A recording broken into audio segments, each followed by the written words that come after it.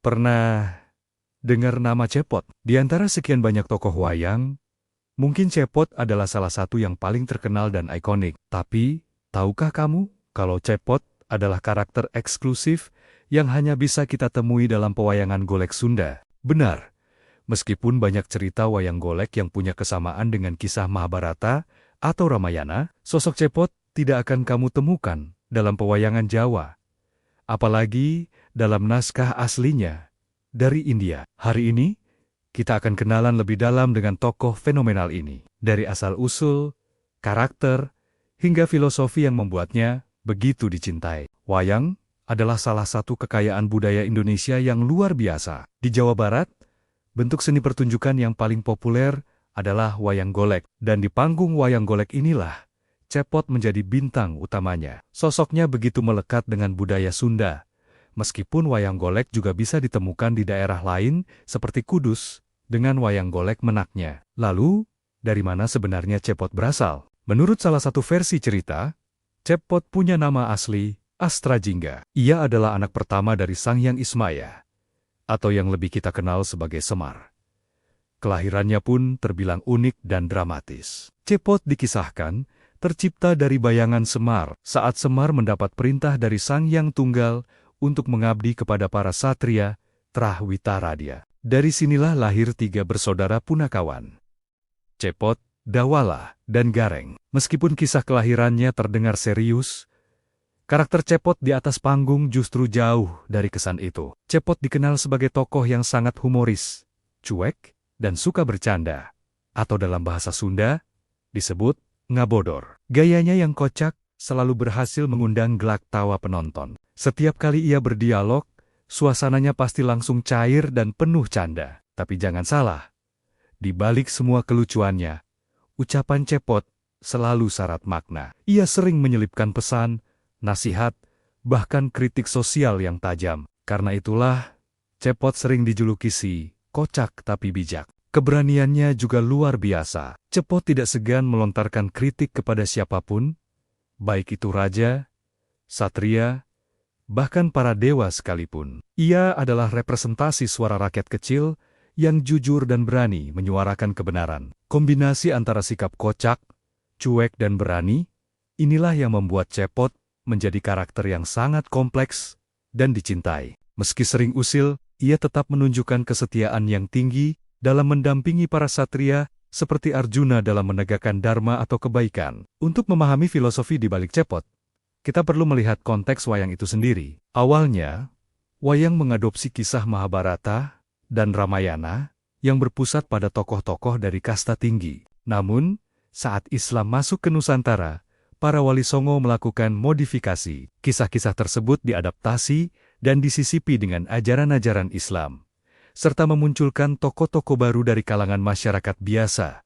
seperti para punakawan. Cepot adalah simbol dari rakyat jelata. Menurut Ki Dalang Dadan Sunandar Sunaria, setiap elemen pada Cepot memiliki makna. Wajahnya yang berwarna merah, misalnya, bisa diartikan sebagai simbol hawa nafsu. Namun dalam konteks Cepot, warna merah ini lebih melambangkan keberanian. Keberanian untuk membela yang benar dan rasa takut jika berbuat salah.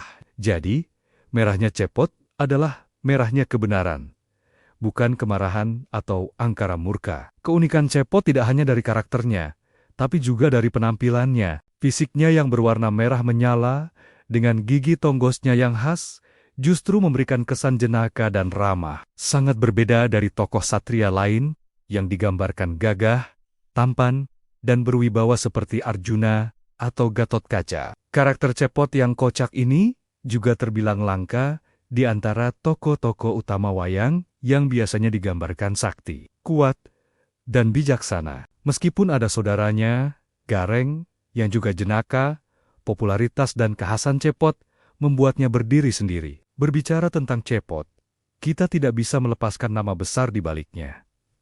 Almarhum Ki Dalang Asep Sunandar Sunaria, beliaulah sang maestro yang mempopulerkan Cepot hingga menjadi ikon budaya pop Sunda. Dikenal dengan sapaan Abah Asep, beliau adalah dalang legendaris yang mendedikasikan hidupnya untuk seni pedalangan. Ide penciptaan Cepot yang kita kenal sekarang muncul dari keresahan Abah Asep pada masanya. pamor wayang golek sempat meredup dan hanya dinikmati oleh kalangan orang tua. Beliau kemudian berpikir keras, bagaimana caranya agar wayang golek bisa kembali digemari oleh semua kalangan, terutama anak muda. Lahirlah ide untuk menonjolkan karakter Cepot dengan memberinya lafakan-lafakan segar dan dialog yang relevan dengan kehidupan sehari-hari masyarakat. Strategi ini ternyata sukses besar. Cepot dengan gaya bicaranya yang ceplas-ceplos, humornya yang cerdas, dan kemampuannya untuk ngabodor dalam berbagai situasi, berhasil merebut hati jutaan penonton. Popularitas Cepot bahkan melampaui wayang goleknya sendiri. Ia menjadi jembatan